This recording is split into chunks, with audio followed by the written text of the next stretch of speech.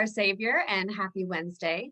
Today, we are going to be looking at the story of Jesus being anointed at Bethany. This story takes place in Matthew, Mark, and John, and a similar story is also recorded in Luke. I'm going to be reading for you guys from Matthew 26, starting in verse 6. Now, when Jesus was at Bethany in the house of Simon the leper, a woman came up to him with an alabaster flask of very expensive ointment, and she poured it on his head as he reclined at the table. And when the disciples saw it, they were indignant, saying, "Why this waste? For this could have been sold for a large sum and given to the poor." But Jesus, aware of this, said to them, "Why do you trouble the woman? For she has done a beautiful thing to me. For you always have the poor with you, but you will not always have me.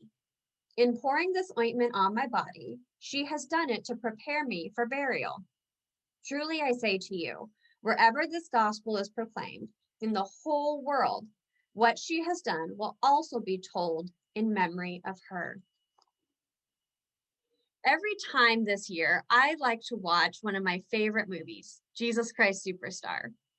This story takes place in the movie and includes some of the best vocal moments in the entire musical.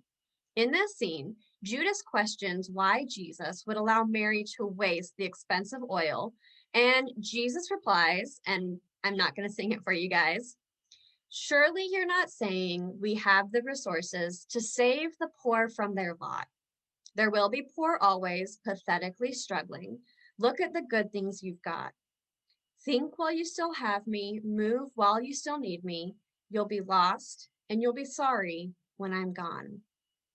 When I was younger, I would hear this line and I would think, man, Jesus, be cool. And I even looked it up one time in the Bible because I was a little shocked that Jesus would say something like this.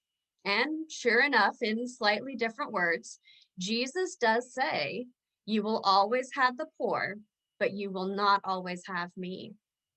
In this passage, Jesus is not dismissing the poor or saying that we shouldn't care about them. What he is saying is what he said throughout his entire ministry, that we are to love him above all things. We see the same concept in our lives as Christians 2,000 years later. How often do we take a good and honorable thing, like serving the poor, and put it before God?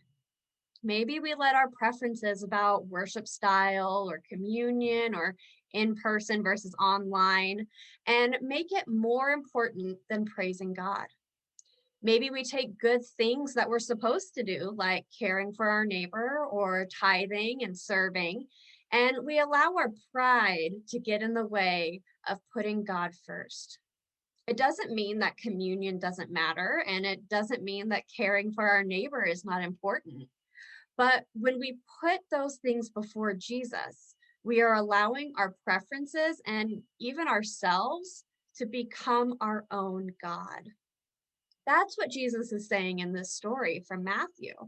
He is not condemning the desire to care for the poor, but he is saying a truth that is somewhat hard for us to swallow, that God is more important than our own desires.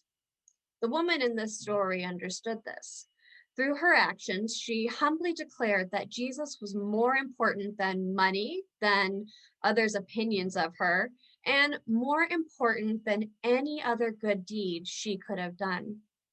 It is a similar humility that a short time later, Jesus would demonstrate as he prayed the words, "Not my will, but yours." And the same humility that on a dark Friday afternoon would lead Jesus to bow his head and breathe his last as he placed the value of our lives before his own.